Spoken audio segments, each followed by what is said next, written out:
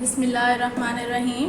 अस्सलाम वालेकुम स्टूडेंट्स, कैसे हैं आप सब। आज हम लोग चैप्टर नंबर 5 स्टार्ट कर रहे हैं। चैप्टर नंबर 3 हमने कंप्लीट कर लिया था। आपका जो सेकंड टर्म का नेक्स्ट चैप्टर है that is chapter number 5 cell cycle.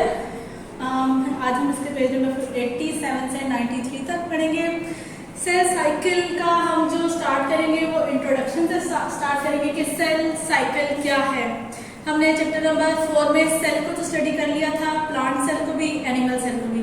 Cell cycle का मतलब है एक सेल का 2 सेल्स में डिवाइड होना, फिर अगेन उन 2 का दोबारा से डिवाइड कर देना, फिर अगेन जो उनकी डिवीजन हो रही है वो आगे दोबारा से डिवाइड करना, ठीक है। यानी डिवीजन ऑफ सेल को कहते हैं सेल साइकिल। अब उस डिवीजन के अंदर सेल में क्या क्या चेंजेस आती हैं वो हम सब पढ़ते हैं सेल साइकिल के अंडर, ठीक है। सो हम लोग उसमें पढ़ेंगे कि 2 फेजेस होती हैं सेल साइकिल में। एक होती है इंटरफेज जो कि बहुत लंबी होती है, और एक होती है मेटोटिक फेज जो कि छोटी सी होती है। इंटरफेज में G1 phase, S phase, G2 phase, ये बेसिक 3 फेजेस आती हैं। G0 फेज भी होती है लेकिन ये एक्सेप्शनल है, कुछ सेल्स के लिए होती है, हर सेल के लिए नहीं होती। बाकी G1, G2, S phase and G2 phase हर सेल जो है वो उसमें ये फेजेस जाती हैं। एक्चुअली ये इतनी लंबी क्यों होती है क्योंकि इसमें सेल खुद को प्रिपेयर कर रहा होता है, अपने अंदर सारे मटेरियल्स लेकर आ रहा होता है आगे मेटोटिक फेज के लिए, ठीक है, जिसमें उसने डिवीजन शो करनी है। उस डिवीजन से पहले वो अपने अंदर चीजों को, जैसे हम कह लो कि हमने घर बनाना है, ठीक है। घर बनाना तो आसान है ना, लेकिन उस घर को बनाने के लिए जो चीजें लगती है, उन चीजों को इकट्ठा करने के लिए जो पैसे लगते हैं, उन पैसों को इकट्ठा करने के लिए हम पूरी, यानी आप कह लो कि आधी लाइफ उसमें लगा देते हैं, ये 4 साल 5 साल 10 साल उसमें लगा देते हैं, पैसा इकट्ठा करते हैं पहले, फिर उसके बाद 6 महीने लगते हैं जी, बजरी यहाँ से आनी है, रेत यहाँ से आनी है, ईंटें यहाँ से आनी है, लकड़ी यहाँ से आनी है, वो सारी चीजें इकट्ठी होती है। फिर उसके बाद घर बनने में तो देर नहीं लगती है, वो महीना 2-4 महीनों में घर बन जाता है, ठीक है। सो आप कह लो कि ये जो चीजें हैं ये सारा वो टाइम है। माइटोसिस फेज वो फेज है जिसमें आपका घर बन रहा है, और जो इंटरफेज है वो टाइम है जिसमें आपने अपने घर को बनाने के लिए जितनी भी चीजें लेनी है, कहाँ से लेनी है, कौन सी मार्केट में जाना है, क्या रेट पे मिलनी है, वो सारी चीजें तैयार कर रहा है। सेल भी अपने साथ ऐसे ही करता है कि इस डिवीजन के लिए उसको जो जो चीजें रिक्वायर है वो सारी वो इस फेज में कर रहा होता है, इसलिए ये फेज थोड़ी लंबी है और माइटोसिस फेज थोड़ी छोटी है। अब अगर हम माइटोसिस की बात करते हैं तो उसके आगे फर्दर 2 फेजेस आती है जिसमें आता है कैरियोकाइनेसिस एंड साइटोकाइनेसिस। कैरियोकाइनेसिस होता है न्यूक्लियस की डिवीजन, ठीक है, हमने सेल में एक न्यूक्लियस भी पढ़ा था ना। सो कैरियोकाइनेसिस में सिर्फ न्यूक्लियस डिवाइड कर रहा होता है, सेल अभी डिवाइड नहीं करता। लेकिन साइटोकाइनेसिस में सेल ऑन द होल खुद डिवाइड कर जाता है, ठीक है, वो फिर 1 सेल 2 में कन्वर्ट हो जाता है। अब अगर कैरियोकाइनेसिस को देखें तो कैरियोकाइनेसिस के आगे ये 4 स्टेप्स हैं। पहला स्टेप है प्रोफेज जिसमें सेल के अंदर ये जो छोटे, ये मैंने रेडिश जो डॉट डॉट डाले हैं, ये न्यूक्लियस शो किया था। अब न्यूक्लियस इसमें टूट रहा है, ठीक है। क्रोमोसोम्स क्रोमेटिन फॉर्म में होते हैं, लेकिन यहाँ पे आपको क्रोमोसोम कंडेंस हो रहे हैं, क्रोमेटिन कंडेंस हो रहा है, थ्रेड लाइक मटेरियल क्रोमोसोम बन गए हैं। जो सेंट्रियोल न्यूक्लियस के ऊपर होते थे वो पोल्स पर चले गए हैं, ठीक है। सो प्रोफेज में ये 3 चीजें हो रही है। एक तो क्रोमेटिन कंडेंस हो रहा है क्रोमोसोम में, न्यूक्लियर इन्वेलप खत्म हो रहा है, और सेंट्रियोल्स पोल्स पे जाकर उन्होंने स्पिंडल फाइबर की फॉर्मेशन कर दी है। जब ये चीजें हो जाती हैं तो फिर प्रोफेज खत्म होती है और मेटाफेज आ जाती है। मेटाफेज में क्या होता है कि जो ये क्रोमोसोम्स थे, इन क्रोमोसोम्स के साथ स्पिंडल फाइबर्स अटैच कर जाते हैं, ठीक है, और अटैच करके उन क्रोमोसोम्स को बीच में एक लाइन में ले आते हैं जिसको कहते हैं मेटाफेज प्लेट। सो मेटाफेज में ये मेटाफेज प्लेट बन जाती है। अब यहाँ पे न्यूक्लियर इन्वेलप तो बिल्कुल ही खत्म हो चुका हुआ है, और जो स्पिंडल फाइबर्स है उन्होंने क्रोमोसोम्स को बीच में एक लाइन में असाइन कर दिया। जब ये हो जाता है फिर नेक्स्ट स्टेप आ जाता है एनाफेज का। एनाफेज में क्या होता है कि ये जो स्पिंडल फाइबर्स हैं जो कि जिन्होंने क्रोमोसोम्स के साथ अटैचमेंट शो की थी, ये अब स्ट्रेच होते हैं, खुद को स्ट्रेच करते हैं। तो जब ये स्ट्रेच करेंगे तो ये क्रोमोसोम को बीच में से तोड़ देंगे, हाफ में डिवाइड कर देंगे, हाफ क्रोमोसोम इधर चला जाएगा, हाफ इधर चला जाएगा, ठीक है। सो एनाफेज में स्ट्रेचिंग होती है और हाफ क्रोमोसोम्स इक्वली डिवाइड हो जाते हैं। अगर ये इक्वली डिवाइड इस फेज में नहीं होते, ये फेज बहुत इंपॉर्टेंट है, अगर इस फेज में ये इक्वली डिवाइड नहीं होते तो जो नेक्स्ट आगे फर्दर जो सेल्स बनते हैं और जो उनकी कॉम्बिनेशन से बेबी बनना होता है, वो बेबी में फिर कुछ ना कुछ डिजीज आ जाती है क्योंकि क्रोमोसोम्स इक्वली हर सेल में फिर नहीं जा पाते हैं, ठीक है। सो ये हो गया एनाफेज। फिर आ जाता है टीलोफेज। टीलोफेज में ये क्रोमोसोम बिल्कुल पोल पर सेंट्रियोल्स के पास चले जाते हैं, न्यूक्लियस दोबारा से बनने लग जाता है, ठीक है। अभी तक हम ये सब न्यूक्लियस पढ़े थे, सेल ऑन द होल वो ही था, सेल को कुछ भी नहीं हुआ था, ठीक है। कैरियोकाइनेसिस का। उसके बाद फिर हम जब यहाँ तक हो जाता है, न्यूक्लियस बनना शुरू हो जाता है, वो क्रोमोसोम्स अब दोबारा क्रोमेटिन में कन्वर्ट होना शुरू हो गए हैं, यानी कि कैरियोकाइनेसिस वाला काम अब कंप्लीट हो गया। अब है सेल की डिवीजन। सो सेल की डिवीजन को नाम देते हैं हम साइटोकाइनेसिस। साइटोकाइनेसिस में अब सेल डिवाइड होना शुरू हो रहा है, यानी सेल इनवेजिनेट हो रहा है। अब प्लांट सेल और एनिमल सेल में ये चीजें तो कैरियोकाइनेसिस तो सेम जाती है, लेकिन साइटोकाइनेसिस में थोड़ा डिफरेंस आ जाता है। प्लांट सेल की सेल वॉल होती है, ठीक है, इसलिए प्लांट सेल की जो सेल वॉल है वो इनवेजिनेट यानी अंदर की तरफ फोल्ड नहीं होती। एनिमल सेल में सेल वॉल नहीं होती, सेल मेम्ब्रेन होती है, इसलिए सेल मेम्ब्रेन अंदर की तरफ फोल्डिंग शो करती है, यानी यहाँ से इस साइड से अंदर की तरफ फोल्ड होना शुरू हो जाती है और होते होते होते होते वो ज्वाइन कर जाती है और ज्वाइन करने के बाद वो एक इस सेल को फर्दर फिर आगे 2 में डिवाइड कर देती है, ठीक है। लेकिन प्लांट सेल में ऐसा नहीं होता। प्लांट सेल में क्योंकि सेल वॉल होती है और सेल वॉल एक रिजिड स्ट्रक्चर है, सो सेल वॉल आपके प्लांट सेल में इन्वेजिनेशन नहीं होने देता। तो वहां पे फिर क्या होता है कि छोटी छोटी आप कह लो कि ये वैक्यूलिक स्ट्रक्चर्स आते हैं, यानी यहाँ पे ये प्लेट की फॉर्मेशन होती है, वो सब ज्वाइन कर जाते हैं, ये प्लेट बन जाती है जिसका नाम है फ्रेगमोब्लास्ट। फिर जब ये प्लेट पूरी एक साइड से दूसरी साइड तक पूरी आ जाती है तो फिर ये प्लांट सेल को डिवाइड कर देती है इनटू 2 सेल्स, ठीक है। तो इस तरह सेल्स की डिवीजन होती है और एक सेल कन्वर्ट, देखो ये एक सेल था ना, वो कन्वर्ट हो जाता है एट द एंड 2 सेल्स में, ठीक है। सो इस सेल को यहाँ से बल्कि यहाँ से इंटरफेस से स्टार्ट होने से लेके यहाँ तक दोबारा नॉर्मल आने तक को कहते हैं सेल साइकिल। अब ये सेल दोबारा तैयार है, जब तक तो ये रुकेगा जब तक हमारी बॉडी को आगे इसकी डिवीजन नहीं रहे चाहिए, ये इसी फेस में रहेगा। लेकिन जब दोबारा हमारी बॉडी को इस सेल को फर्दर 2 में डिवाइड करना है तो अगेन इस सेल में दोबारा से इंटरफेस शुरू होगी, ये सब फेजेस शुरू होंगे, ये सब होगी और ये सेल आगे 2 में डिवाइड करेगा, इसी तरह ये भी 2 में डिवाइड करेगा, ठीक है। फिर उसके बाद हम पढ़ेंगे सिग्निफिकेंस ऑफ माइटोसिस, यानी अगर माइटोसिस हो रहा है तो इससे अच्छी चीजें क्या निकलती हैं और बुरी चीजें क्या निकलती है, इसके एडवांटेजेस और डिसएडवांटेजेस क्या हैं। एडवांटेजेस में है कि ग्रोथ इसी वजह से होती है, डेवलपमेंट, सेल की रिप्लेसमेंट इसी वजह से होती है, रीजनरेशन यानी कोई पार्ट खत्म हो गया वहां पे दोबारा से रीजनरेशन आ रही है, एसेक्सुअल रिप्रोडक्शन, ऐसे ऑर्गेनिज्म जिनमें सेक्सुअली रिप्रोडक्शन नहीं होती उनमें एसेक्सुअली रिप्रोडक्शन होके ये चीज होके तो एक सेल 2 में डिवाइड कर जाता है, ठीक है। ये तो होगी इसकी अच्छी बात है, एडवांटेजेस। बुरी बात है डिसएडवांटेजेस, एरर्स, और एरर्स में क्या है कि ट्यूमर बन जाते हैं, यानी एक सेल डिवाइड करने शुरू कर देता है और विदाउट इंस्ट्रक्शन या विदाउट डिवाइड करने लग जाता है, वो किसी की सुनता ही नहीं है, कुछ करते नहीं है, और जिसको कहते हैं ना गिल्टी बनना, यानी वहाँ पे सेल्स की डिवीजन ऑटोमेटिकली शुरू हो जाती है, रुकती ही नहीं है और गिल्टी बनना शुरू कर जाती है। वो जो गिल्टी बनना होता है ना उसको कहते हैं ट्यूमर की फॉर्मेशन, यानी वो ट्यूमर बन रहा है, ठीक है। यानी नॉर्मल वर्डिंग में कहूँ तो वो जो कैंसर सेल्स ट्यूमर्स की फॉर्मेशन करते हैं ना, ये वो वाली चीज़ आ जाती है यहाँ पे। ये तो मैंने आपको दे दिया आपका ब्रीफ इंट्रो। अब आ जाए आप अपने बुक के पेज नंबर 87 पे। स्टार्ट करते हैं हम लोग बुक से जी। This is your page number 87, cell cycle. The most basic characteristic of all life is reproduction, यानी हर ऑर्गेनिज्म को रिप्रोडक्शन करना ज़रूरी है, यानी एसेंशियल नहीं है, कह लो कि पत्थर पे लकीर नहीं है कि करना ही करना है, लेकिन अपनी लाइफ को आगे कंटिन्यू करने के लिए रिप्रोडक्शन, जिस तरह हम लोग नॉर्मली नहीं कहते हैं कि जी लड़के से आगे हमारी नस्ल आगे चलती है, बेबी नहीं होगा तो हमारी नस्ल आगे नहीं चलेगी, ठीक है। तो यहाँ पे वो यही बात कर रहे हैं कि लाइफ को आगे प्रोसीड करने के लिए, आगे लेके जाने के लिए रिप्रोडक्शन ज़रूरी है। अगर रिप्रोडक्शन नहीं होती तो आज इतनी कॉम्प्लेक्स ऑर्गेनिजम्स बनते ही ना, पहले वाले ऑर्गेनिजम्स ही वहाँ तक ही रहते हैं, उसके बाद वो ख़त्म हो जाते, डेड हो जाते और दुनिया वहीं पर ख़त्म हो जाती, ठीक है। आज तक इतने सदियों बाद भी अगर दुनिया है तो वो क्यों है? रिप्रोडक्शन की ही वजह से है। Reproduction occur at different levels of organisation, यानी वो कह रहे हैं कि ऑर्गेनाइजेशन का जो लेवल है हर लेवल पे अलग-अलग तरह से ऑर्गेनाइजेशन हो रही है। आप 10th में पढ़ोगे लेवल ऑफ ऑर्गेनाइजेशन क्या क्या है, पॉपुलेशन, वैसे तो थोड़ा बहुत तो आपको यहाँ पे भी पता चलता ही रहता है, पॉपुलेशन है, कम्युनिटी, बायोस्फीयर और ये सारी चीज़ें जो ये डिफरेंट लेवल्स में आ रही हैं। Parts of cells such as chromosomes produce new chromosomes, cells produce new cells and individual produce offsprings like themselves. If we recall from chapter 1, we should remember Rudolf Virchow. He proposed an important biological principle that is all cells comes from pre existing cells, यानी कि वो जो हमारी cell theory थी, ठीक है, 3 उसके postulate थे ना, उसमें से एक पोस्टुलेट यही था ना कि जो न्यू सेल्स हैं वो पुराने ही सेल्स से निकल रहे हैं, कोई नई जगह से नहीं आ रहे। सो उसकी जो ये वाला वो कह रहे हैं कि जो थ्योरी का एक स्टेटमेंट थी वो करेक्ट थी कि हर नया सेल पुराने सेल से निकल रहा है। This principle tells us that the continuation of life, including all aspects of reproduction, is based on the reproduction of cell.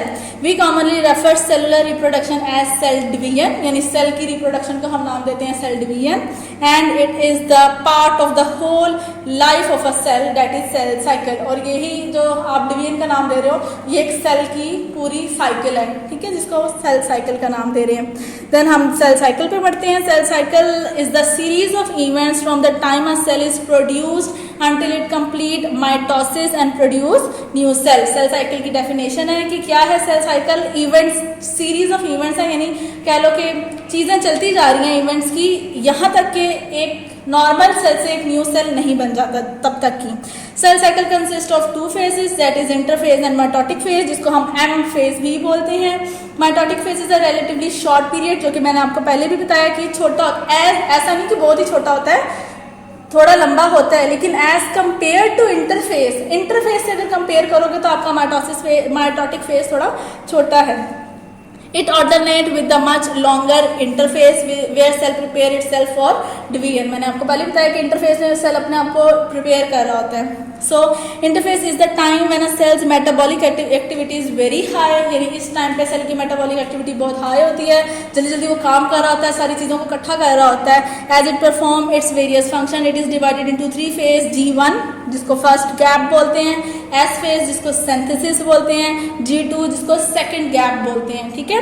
So as G1 phase में क्या करते हैं? After its production, a cell start its cell cycle in G1 phase. During this phase, cell increases its supply of protein, यानी वो अपने पास सारी proteins को इकट्ठा कर रहा होता है। Increases the number of its organelles को डबल कर रहा होता है। ज़ाहिर है जब उसने अपने आप को डिवाइड करना है तो जो अगले further at the end cytokinesis में जो 2 सेल्स बनेंगे, दोनों सेल के पास सेम ऑर्गेनेलिस भी तो होनी चाहिए, यानी हर वो चीज़ जो एक सेल में है वो दूसरे सेल के पास भी जानी चाहिए। सो सेल डिवीजन स्टार्ट करने से पहले खुद में हर चीज़ को डबल करता है, ठीक है।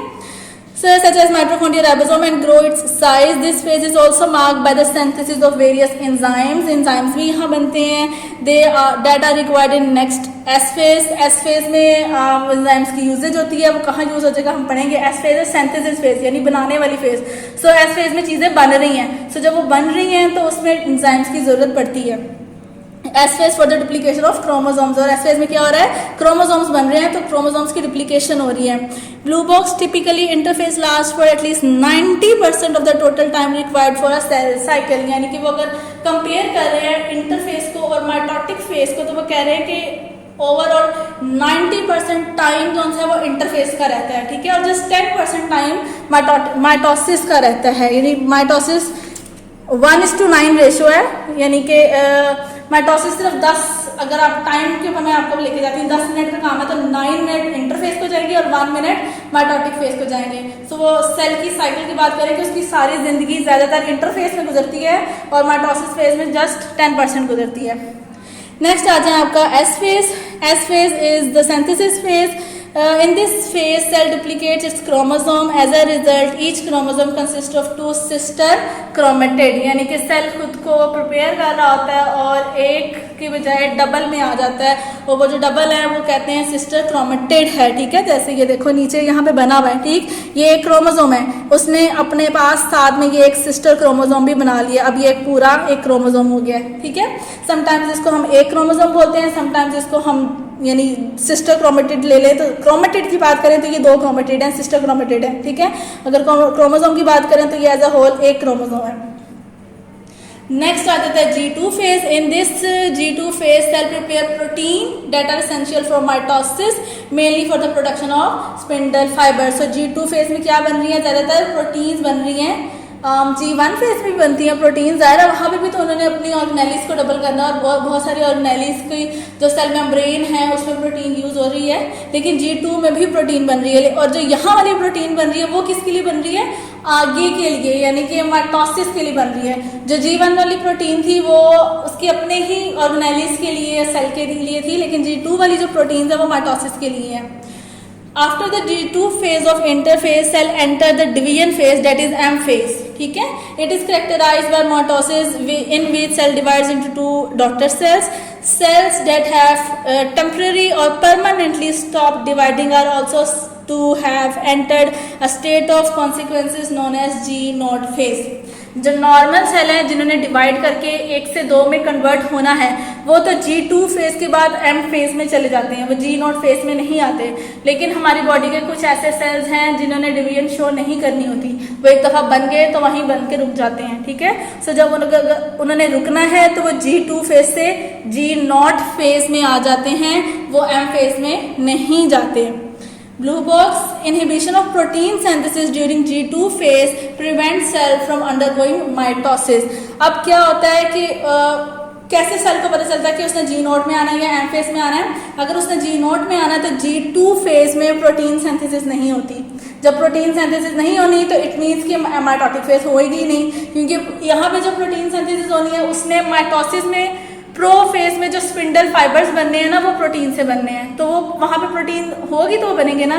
तो जब G2 फेज में प्रोटीन ही नहीं बनी तो आगे क्या पूरा इवेंट चलेगा ही नहीं, इसलिए वो G0 में आ जाता है। अब G0 क्या है? In multicellular eukaryote cells enter G0 phase from G1 and stop dividing. Some cells remain in G0 for indefinite period, that is neuron, यानी कि वो सारी जिंदगी, indefinite सारी जिंदगी ही इसमें जाते हैं। जैसे कि न्यूरॉन्स, हमारी जितनी न्यूरॉन्स है वो जब एक दफ़ा बन जाती हैं उसके बाद वो बड़ी नहीं होती। ठीक है, अगर वो बड़ी होती जाए तो गुच्छा ही हमारे अंदर बनता जाएगा, उनका बनता जाएगा। सो जिन सेल्स की या जिन चीज़ों की हमारी बॉडी में एक्स्ट्रा बनने की ज़रूरत नहीं है, अल्लाह ताला ने उनको G0 फेज में ऑटोमेटिकली भेज दिया है। सो न्यूरॉन्स ऐसी हमारे सेल्स हैं जो कि चले जाते हैं G0 फेज में। Some cells enter G0 phase semi permanently, that is some cells of liver and kidney। ठीक है, कुछ ऐसे सेल्स हैं जो कुछ देर के लिए G0 में जाते हैं, लेकिन जब उनमें प्रोटीन सिंथेसिस हो जाती है तो वो माइटोटिक फेज में चले जाते हैं। ठीक है, जैसे कि हमारे लिवर और किडनी के सेल्स, जो कि हम अभी भी कहते हैं कि जी अगर लिवर थोड़ा सा खराब हो जाए तो उसका वो पार्ट काट दिया जाए थोड़ा सा वहाँ से और न्यू थोड़ा सा सेल वहाँ पे डाल दिया जाए तो दोबारा ग्रो कर जाता है। ठीक है, वो क्यों? क्योंकि वहाँ के सेल G0 फेज में चले गए हुए थे, लेकिन अब वो जो खराब सेल्स आपने अगर वहाँ से उसको निकाल दिया है तो ऑटोमेटिकली जो पीछे रह गए सेल्स वो खुद में रिप्रोडक्शन का स्टार्ट करेंगे, प्रोटीन सिंथेसिस करेंगे, G2 फेज बनाएंगे और साथ ही वो माइटोटिक फेज में चले जाएंगे। इसलिए कुछ सेल्स लिवर और किडनीज के सेमी परमानेंटली G0 फेज में चले जाते हैं। सेमी मतलब कुछ देर के लिए जाते हैं। Many cells do not enter G0 and continue to divide throughout an organisms like that is epithelial cells। और ये वो उन सेल्स की बात करें जो कि G0 में नहीं आते हैं, यानी कि बहुत ज़्यादा ऐसे सेल्स हैं हमारी बॉडी में जो कि G0 में नहीं जाते और M फेज में चले जाते हैं, जैसे कि एपिथेलियल सेल्स, यानी कि ऐसे सारे सेल्स जो कि स्किन की लेयर बनाते हैं, वो चाहे आपकी आउटर स्किन है या आपकी ऑर्गन्स की स्किन है। ठीक है, blue box, the events of cell cycle are ordered and directional, यानी कि एक ऑर्डर वाइज है, ऐसा नहीं है पहले G0 आ गया फिर S आ गया फिर G1 आ गया, ये भी नहीं है पहले साइटोकिनेसिस हो गया फिर मेटाफेज हो गया फिर दिल किया तो इंटरफेज हो गया फिर टीलोफेज चला गया, ऐसा नहीं है। ये सारे के सारे सीक्वेंस वाइज ही चल रहे हैं, पहले इंटरफेज ही आएगा फिर माइटोसिस जाएगा, इंटरफेज में पहले G1 S G2 आएंगी फिर ही आगे माइटोसिस जाएगा, माइटोसिस में भी पहले कैरियोकाइनेसिस आएगा फिर साइटोकिनेसिस आएगा, ऐसा नहीं है कि पहले साइटोकिनेसिस करके बाद में कैरियोकाइनेसिस करें। और कैरियोकाइनेसिस में भी जो प्रोफेज मेटाफेज एनाफेज टीलोफेज है वो भी स्टेप वाइज ऑर्डर वाइज ही है, ऐसा नहीं है कि पहले एनाफेज आ जाए फिर टीलोफेज आ जाए फिर प्रोफेज, फिर ये सारी चीज़ें ऑर्डर वाइज चल रही हैं। ठीक है, सो इनको ऑर्डर वाइज ही रखना है। सो ऑर्डर वाइज है तो ये डायरेक्शनल है, एक ही डायरेक्शन में चल रही है। So that is each event occur in a sequential fashion and it is impossible to reverse the cycle। So जब एक दफ़ा ये साइकिल स्टार्ट हो जाती है तो ये दोबारा वापस नहीं मुड़ती। नेक्स्ट आ जाते हैं, हमने इंटरफेस पढ़ ली, अब हम पढ़ते हैं माइटोसिस।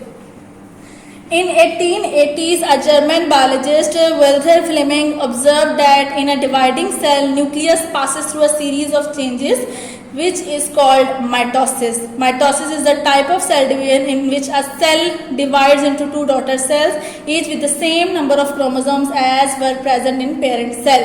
ये आ गई आपकी माइटोसिस की डेफिनेशन। क्या डेफिनेशन है माइटोसिस की? कि सेल डिवाइड हो रहा है और इस तरह से सेल डिवाइड हो रहा है, एक सेल टू डॉटर सेल में डिवाइड हो रहा है और ऐसे डिवाइड हो रहा है कि जो पहला सेल था जितने उसमें क्रोमोसोम नंबर थे एट द एंड भी उतने ही रहे हैं। अगर आप मेरी डायग्राम देखो तो मैंने प्रोफेज में भी 2 क्रोमोसोम्स बनाए थे, मेटाफेज में भी 2 ही बनाए थे, एनाफेज में भी 2 ही बनाए थे, टीलोफेज में भी अगर मैं वो क्रोमेटिन में कन्वर्ट हो रहा है, अभी पढ़ेंगे डिटेल में कि टीलोफेज में दोबारा क्रोमोसोम्स क्रोमेटिन में कन्वर्ट होना शुरू हो जाते हैं, इसलिए मैंने वहाँ थ्रेड लाइक बनाया था। लेकिन अगर मैं वहाँ पे क्रोमोसोम्स बनाती तो तब भी मैंने वहाँ पे वैसे ही बनाने थे जैसे एनाफेज में मैंने सिंगल बनाए हैं। साइटोकिनेसिस में भी वो कन्वर्ट हो गया होता क्रोमेटिन की फॉर्म में, लेकिन अगर मैं क्रोमोसोम की फॉर्म में कन्वर्ट करती तो मैं वहाँ पे भी एक ही बनाती। और आप देखते कि प्रोफेज में जो 2 नंबर ऑफ क्रोमोसोम्स थे वो 1 एक सेल के डॉटर सेल के पास चला गया, 1 दूसरे डॉटर सेल के पास चला गया, तो अगेन 2 ही रह गए। ठीक है, क्लियर हो गया? अच्छा जी, उसके बाद अब हम स्टार्ट करते हैं। Mitosis occurs only in eukaryotic cell, यानी कि प्रोकैरियोट्स में माइटोसिस नहीं हो रही है, यूकैरियोट में हो रही है। In multicellular organisms the somatic cells undergo mitosis, यानी कि अगर मल्टीसेलुलर की बात करते हैं तो जर्म लाइन सेल्स में मियोसिस होता है जो हम आगे पढ़ेंगे, लेकिन जो सोमैटिक सेल्स हैं यानी आपकी बॉडी के बाकी सारे सेल्स हैं जिन्होंने रिप्रोडक्शन में पार्ट प्ले नहीं करना होता, ठीक है, यानी ऑफस्प्रिंग की जो प्रोडक्शन है, रिप्रोडक्शन, ऑर्गेनिजम्स में जो रिप्रोडक्शन है उसमें पार्ट प्ले नहीं करना होता, तो जो बाकी सारे जितने सेल्स हैं जैसे हमारी किडनी के, हार्ट के, लिवर के, ब्लड के, ये जो सारे सेल्स हैं ये सब सेल्स माइटोसिस कर रहे हैं। लेकिन ऐसे सेल्स जिन्होंने रिप्रोड्यूस करके आगे न्यूबॉर्न बेबी बनाना होता है उन सेल्स में माइटोसिस नहीं होती है, उन सेल्स में मियोसिस होती है और उन सेल्स को जर्मलाइन सेल्स बोलते हैं, सोमैटिक सेल्स नहीं बोलते हैं। ब्लू बॉक्स में लिखा भी हुआ है somatic cells are those which form the body of organism, while germline cells are those which give rise to gametes. Somatic cells undergo mitosis while germline cells undergo meiosis. ठीक है, अच्छा जी sorry. Prokaryote cells undergo a process similar to mitosis called binary fission.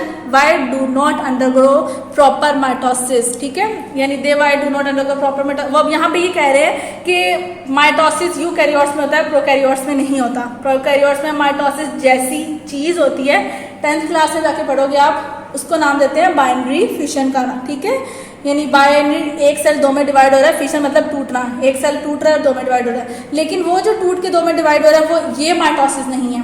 और ऐसा क्यों है वो पूछ रहे हैं वाई, तो उसका आंसर आपके यहाँ पे ये ब्लू बॉक्स में लिखा हुआ है कि उनके पास प्रॉपरली न्यूक्लियस नहीं, prokaryotes do not have proper nucleus and do not form spindle during division, that is why their division is not called mitosis, क्योंकि उनके अंदर प्रॉपर न्यूक्लियस नहीं होता। पूरी ये न्यूक्लियर क्रोमोसोम्स की डिवीजन इस तरह से नहीं होनी होती है, सेंट्रियोल साइड्स में नहीं जाते हैं, न्यूक्लियस इन्वेलप नहीं खत्म होता, न्यूक्लियस ही नहीं है तो उनका तो जस्ट ऐसे डीएनए फ्लोट कर रहा है, सो उसमें पूरे कैरियोकाइनेसिस का फेस चलता ही नहीं है, इसलिए उसको माइटोसिस का नाम नहीं दिया गया, जस्ट बाइनरी फिशन कहा गया। ये भी क्वेश्चन आता होता है आपका, शॉर्ट क्वेश्चन। अच्छा जी, नेक्स्ट आ जाते हैं phases of mitosis. The process of mitosis is complex and highly regulated. There are 2 major phases, that is the division of nucleus known as karyokinesis and the division of cytoplasm known as cytokinesis. Karyokinesis, the division of nucleus, is further divided into 4 phases, that is prophase, metaphase, anaphase, telophase. Prophase को हम detail में पढ़ते हैं। Normally, the genetic material in nucleus is a loose thread-like form known as chromatin. यानी अगर cell ने divide नहीं होना तो उसमें नॉर्मली जो वो आपका डीएनए मटेरियल पड़ा है वो थ्रेड-लाइक गुंजल की फॉर्म में पड़ा हुआ है, जिसको हम क्रोमेटिन का नाम देते हैं। लेकिन जब सेल ने डिवीजन स्टार्ट करनी है तो वो क्रोमेटिन मटेरियल कन्वर्ट हो जाता है क्रोमोसोम में। At the onset of prophase, chromatin condense into highly ordered structure called chromosome. यानी कि ये पहला आपका पॉइंट आ गया प्रोफेज का। Since the genetic material has already been duplicated earlier in S phase, each chromosome is made of 2 sister chromatids bound together at the same centromere. Each chromosome, centromere मतलब ये वाला जो पोर्शन है, ठीक है। Each chromosome also has kinetochore at centromere, यानी ये जो रीजन है ना, इस रीजन को वो kinetochore का नाम दे रहे हैं। Kinetochore is a complex protein structure that is the point where spindle fiber attach. सो ये इन्फॉर्मेशन थी, लेकिन जो आपका प्रोफेस का एक स्टेप था जिसको आपको याद रखना है, यानी आपको जब तक आप प्रोफेस में वो स्टेप नहीं लिखोगे आपको प्रोफेस के मार्क्स नहीं मिलेंगे, और वो स्टेप है at the onset of prophase chromatin condense into highly ordered structure called chromosome. Then आ जाए नीचे पैराग्राफ पे, there are two centrioles collectively called as centrosomes close to nucleus. Recall from chapter 4, जो मैं आपको चैप्टर 4 में जब मैंने पढ़ाया था सेल का चैप्टर, तब मैंने आपको बताया था सेंट्रियोल्स होते हैं। Each centriole duplicate and thus two daughter centrosomes are formed. Both centrosomes migrate to the opposite pole of cell. Again यहाँ पे ये अब आ गया प्रोफेस का आपका सेकंड पॉइंट, ठीक है, कि each centriole duplicate and thus two daughter centrosomes are formed. Both centrosomes migrate to the opposite pole. Here they give rise to microtubules by joining tubulin protein present in cytoplasm, और यही जो tubulin protein है ये जब combine करेंगे तो spindle fiber बनाएंगी। The microtubules thus formed are called spindle fiber.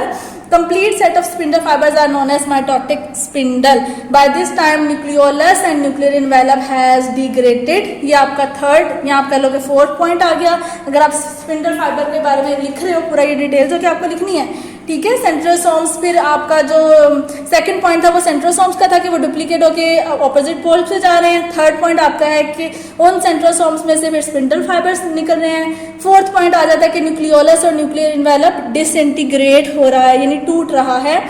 And spindle fibres have inverted the central space, और वहाँ सारी स्पेस में क्या आ गया, पूरा स्पिंडल फाइबर्स आ गए हैं, ठीक है। ये आपके 4 to 5 पॉइंट्स हैं जो कि आपने प्रोफेस में लिखने ही लिखने हैं। In highly vacuolated plant cell में अब थोड़ा सा डिफरेंस आ जाता है जब उनकी प्रोफेस चल रही होती है।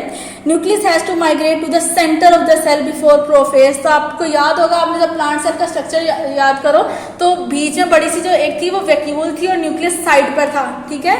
लेकिन जब उसमें ये माइटोसिस होनी होती है तो वो जो वैक्यूल है वो खत्म हो जाती है, टूट जाती है, और जो क्या कहते हैं न्यूक्लियस है वो सेंटर में आ जाता है। The cells of plants lack centrioles, plant में सेंट्रियोल्स नहीं आते हैं। So spindle fibres are form by the aggregation of tubulin protein on the surface of nuclear envelope during prophase. तो वो यहाँ पे कह रहे हैं कि सेंट्रियोल्स नहीं बनते हैं तो ऑपोजिट पोल से कोई स्पिंडल फाइबर्स नहीं निकल रहे होते, लेकिन क्या होता है कि स्पिंडल फाइबर्स की फॉर्मेशन होती जरूर है। कैसे होती है, वो जो न्यूक्लियर इन्वेलप है उसके ही आसपास आपकी सारी ट्यूबुलिन प्रोटीन कंबाइन कर जाती हैं और छोटे छोटे फाइबर्स की फॉर्मेशन कर देती हैं, ठीक है। देन आ जाए आप मेटाफेज पे। When spindle fibers have grown to sufficient length, some spindle fibers known as kinetochore fibers, ऐसे स्पिंडल फाइबर्स जिन्होंने क्रोमोसोम्स के साथ काइनेटोकोर रीजन में जाके अटैच होना होता है, उन फाइबर्स को काइनेटोकोर फाइबर्स बोलते हैं। Attach with the kinetochore of chromosomes, two kinetochore fibres from opposite poles attach to each other chromosomes arrange themselves along the equatorial and self forming a metaphase plate, जो कि मैंने आपको बताया था कि बीच में बिल्कुल अलाइन हो जाते हैं और क्या बना देते हैं, एक मेटाफेज प्लेट बना देते हैं। A number of other fibers known as non kinetochore fibers from the opposite centrosomes attach with each other। अगर आप मेरी डायग्राम देखो तो मैंने क्रोमोसोम्स के साथ भी अटैच किए हुए हैं और उसके अलावा भी मैंने पूरे भी बनाए हैं, ठीक है। सो वो कह रहे हैं कि जो मैंने पूरे एक सेंट्रोसोम से दूसरे सेंट्रोसोम से बनाया वो नॉन काइनेटोकोर है, और जो काइनेटोकोर के साथ जाकर अटैच हो रहे हैं वो काइनेटोकोर फाइबर है। देन आ जाते हैं anaphase. When a kinetochore spindle fibre connect with the kinetochore of chromosome, it starts to pull toward the originated centrosome, यानी वो कॉन्ट्रैक्ट होना शुरू हो जाते हैं, सेंट्रोसोम्स उनको आपस खींचना शुरू कर देते हैं। The pulling force divide the chromosomes sister chromatids and they separate. These sister chromatids are now sister chromosomes. They are pulled apart towards the respective centrosome. The other spindle fibers, non-kinetochore, also elongate. वो भी खींचते हैं और खत्म होना, टूटना शुरू हो जाते हैं। At the end of anaphase, cell has succeeded in separating identical copies of chromosomes into two groups at the opposite pole। यानी वो कह रहे हैं कि एनाफेज के एंड तक क्या होता है कि आपका जो क्रोमोसोम है वो भी टूट चुका होता है और जो स्पिंडल फाइबर्स हैं वो भी टूट चुके होते हैं, ठीक है। जो मैंने आपको दिखाया है वो मैंने बीच की स्टेज दिखाई है। अभी आपके क्रोमोसोम बिल्कुल एंड तक नहीं गए, बिल्कुल नहीं टूटे, लेकिन अगर आप इसको मैं लेट एनाफेज दिखाती तो मैं आपके जो क्रोमोसोम्स हैं उनको बिल्कुल सेंट्रोसोम्स के पास दिखाती और बीच में कोई भी स्पिंडल फाइबर ना दिखाती, ठीक है। अच्छा, जिसके बाद आ जाता है telophase. Telophase is the reversal of prophase, यानी प्रोफेज का ऑपोजिट है ये। न्यू न्यूक्लियर इन्वेलप फॉर्म्स, यहाँ पे नया इन्वेलप बनना शुरू हो जाता है। Around each set of separated chromosome, जो कि एनाफेज में अलग-अलग हुए थे और सेंट्रोसोम्स के पास आए थे। वहाँ पे अब उन क्रोमेटिन स्ट्रक्चर्स के पास, क्रोमोसोम्स के पास न्यूक्लियर इन्वेलप बनने लग जाता है। Both sets of chromosomes now surrounded by nuclear envelope unfold back into chromatin. अब वो दोबारा से क्रोमेटिन में कन्वर्ट होने लग जाते हैं। Nuclear division is completed. यहाँ पे अब न्यूक्लियर की डिवीजन कंप्लीट हो गई है, यानी वो पहले बना हुआ था, वो टूटा, चेंजेस आई और अब वो दोबारा बन गया। But cell division has yet one more step to complete. Cell की डिवीजन नहीं हुई, अभी न्यूक्लियस की डिवीजन हुई है। सो सेल की डिवीजन को हम नाम देंगे cytokinesis. Cytokinesis is the division of cytoplasm. In animal cell cytokinesis occur by a process known as cleavage, यानी कि वो जो मैंने आपको कहा था ना इनफोल्डिंग हो रही है सेल मेम्ब्रेन की, उसको नाम देते हैं क्लीवेज का।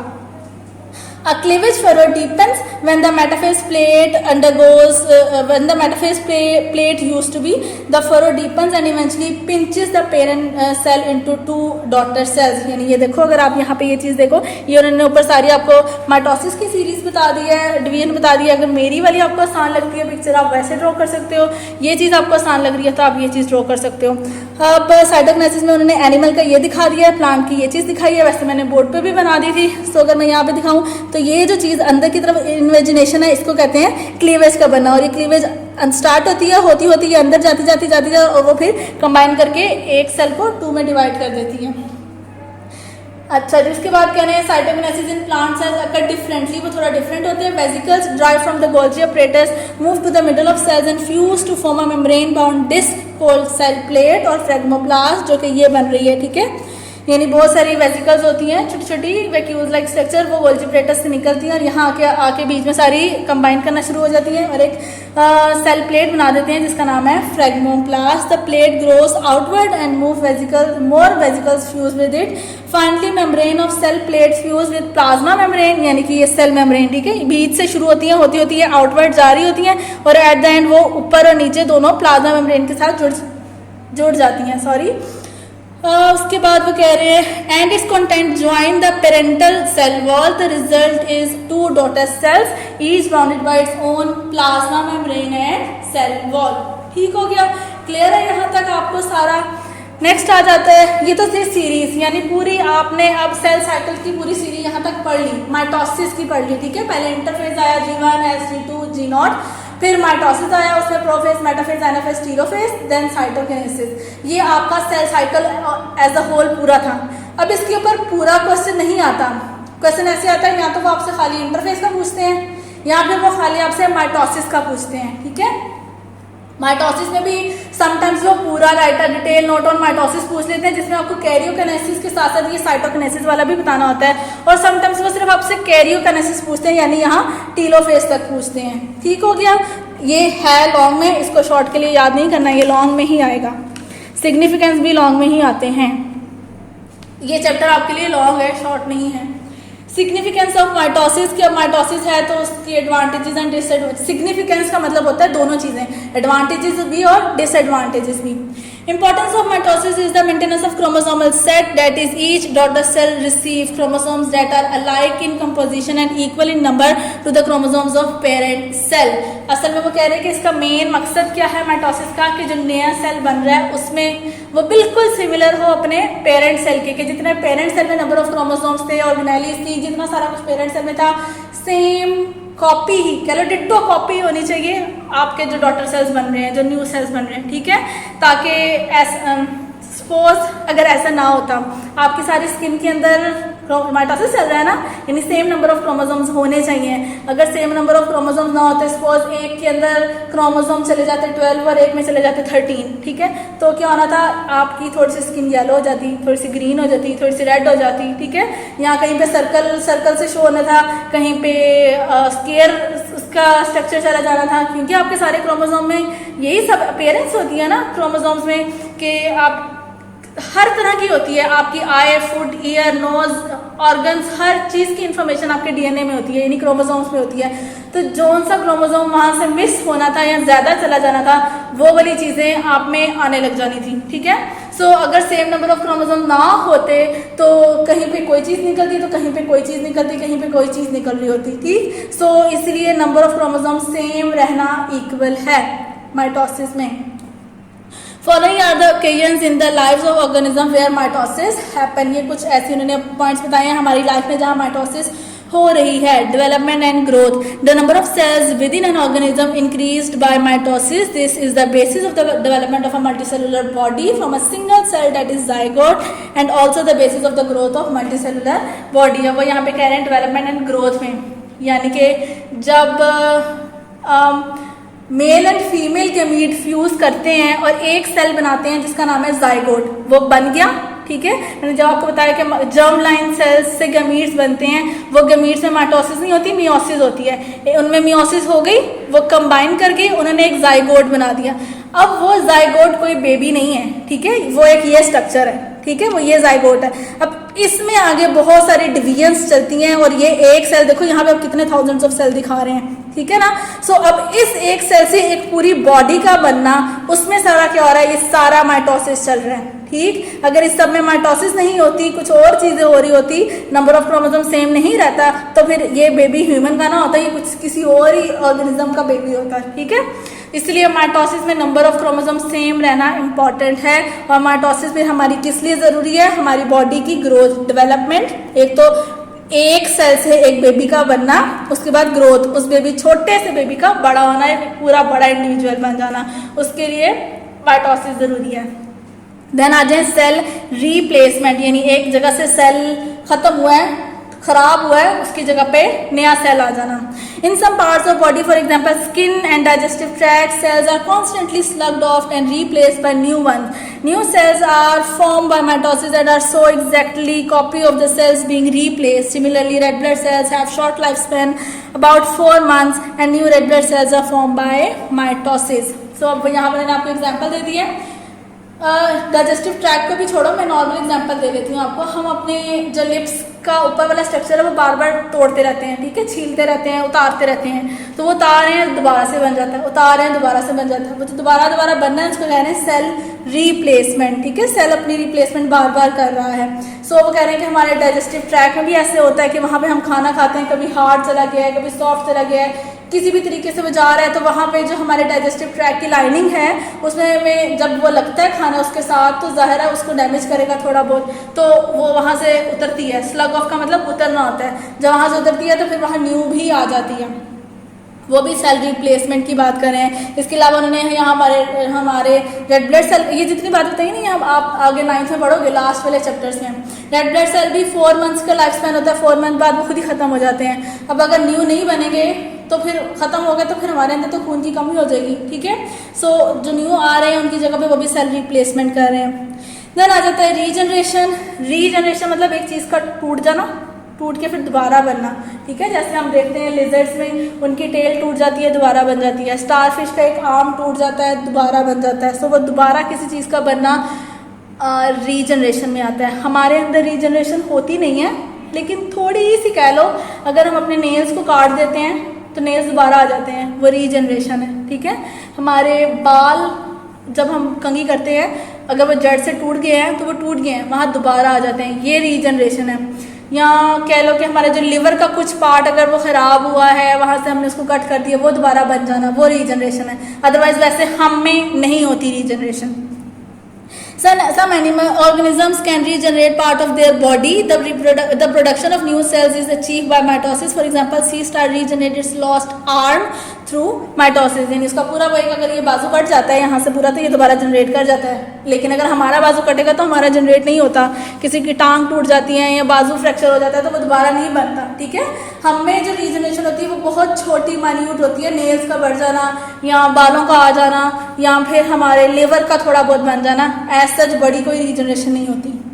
देन आ जाते हैं एसेक्सुअल रिप्रोडक्शन, अगेन जो कि अभी हम पीछे पढ़ा भी था माइटोसिस के स्टार्ट में कि ऐसे प्रोकैरियोटिक ऑर्गेनिजम्स जो कि खुद को 1 से 2 में डिवाइड करते हैं बाइनरी फिशन के जरिए, ठीक है। वो जो बाइनरी फिशन है वो एसेक्सुअल रिप्रोडक्शन ही है। सो यहाँ पे वो इन्हीं उसी की बात कर रहे हैं कि ऑर्गेनिजम्स में एसेक्सुअल रिप्रोडक्शन जिनमें हो रही है वहाँ पे माइटोसिस जरूरी है।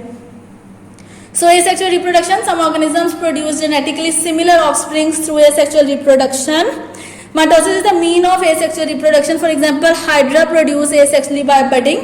एक ये एनिमल कह लो प्लांट में रहने वाला है, ठीक है, सॉरी वाटर में रहने वाला प्लांट है ये एक, ठीक हो गया। सो वो ये कह रहे हैं कि एनिमल लाइक भी है, प्लांट लाइक भी है, आप इसको एनिमल भी कह सकते हो, प्लांट लाइक स्ट्रक्चर भी है, वो भी कह सकते हो, पानी में रहता है, प्रोकैरियोट है ये, ठीक है।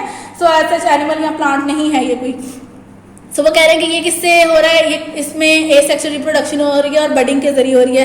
The cell at the surface of hydra undergo mitosis and forms a mass called bud. यहाँ पे एक छोटी सी, जैसे ये एक बड बनी है, यानी ये एक हाइड्रा था, ठीक है। इसकी यहाँ पे साइड पे छोटे सी वो माइटोसिस हुई होती है, यहाँ पे बड़ी, अब ये और बड़ी होगी और ये ऐसी बन जाएगी। जब ये ज्यादा बड़ी हो जाएगी तो ये यहाँ से कट हो जाएगी और दोबारा एक न्यू हाइड्रा बन जाएगा।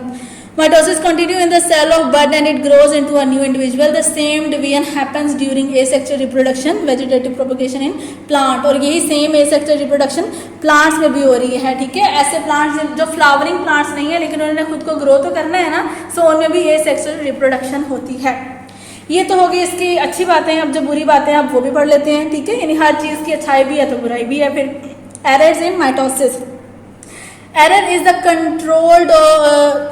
control of mitosis may cause cancer. यानी वो कह रहे हैं कि अगर माइटोसिस को कंट्रोल नहीं करते हैं और उसमें कोई ना कोई एरर आ जाता है तो वो कैंसर बना देता है फिर, ठीक है। यानी कि उसकी अनकंट्रोल डिवीजन शुरू हो जाती है ना, वो 1 से 2 में करके स्टॉप नहीं होता, वो 2 आगे से 4 हो जाते हैं, वो 4 आगे से 8 हो जाते हैं, यानी रुकते नहीं है, वो डिवीजन शुरू करते रहते हैं। All cells have genes that control the timing and number of mitosis. Sometimes mutation occur in such genes and cells continue to divide. यहाँ क्या कह रहे हैं कि जो इनकी ये टाइमिंग है, एक सेल ने 2 में डिवाइड करना, स्टॉप कर जाना है, फिर जब जरूरत पड़ेगी तो उन 2 ने आगे से 4 में डिवाइड करना है, ठीक है। तो वो कह रहे हैं कि समटाइम्स ऐसा होता है कि ये टाइमिंग सेट होती है डीएनए के ऊपर ही, तो डीएनए में कहीं ना कहीं से चेंज आ जाता है, कोई म्यूटेशन हो जाती है, म्यूटेशन मतलब चेंज का आना, एक्सरे की वजह से चेंज आ जाता है, ठीक है। मेडिकेशन बहुत ले ली होती है उसकी वजह से जीन्स में चेंज आ जाता है, यानी समहाउ आपके डीएनए में चेंज आ जाता है और वो टाइमिंग्स जो है ना वो कंट्रोल नहीं हो पाती हैं, वो टाइमिंग्स वाला काम कंट्रोल नहीं होता। जब वो कंट्रोल नहीं होगा तो सेल्स डिवाइड करते रहेंगे, वो स्टॉप नहीं होते डिवीजन करना, और जब वो डिवाइड करते रहते हैं तो वो फिर गिल्टी बना लेते हैं, ठीक है। It results in growth of abnormal cells called tumour, और उस गिल्टी का क्या नाम है, tumour. As long as these tumors remain in their original position, they are called benign tumors. But if they invade other tissues, they are called malignant cancerous tumors, and their cells are called cancer cells. अच्छा जी, अब यहाँ पे बात करें, आपने सुना होगा cancers की 2 टाइप होती हैं, एक नॉर्मल और एक जड़ों वाला कैंसर। जी फैल गया वो कैंसर, ठीक है।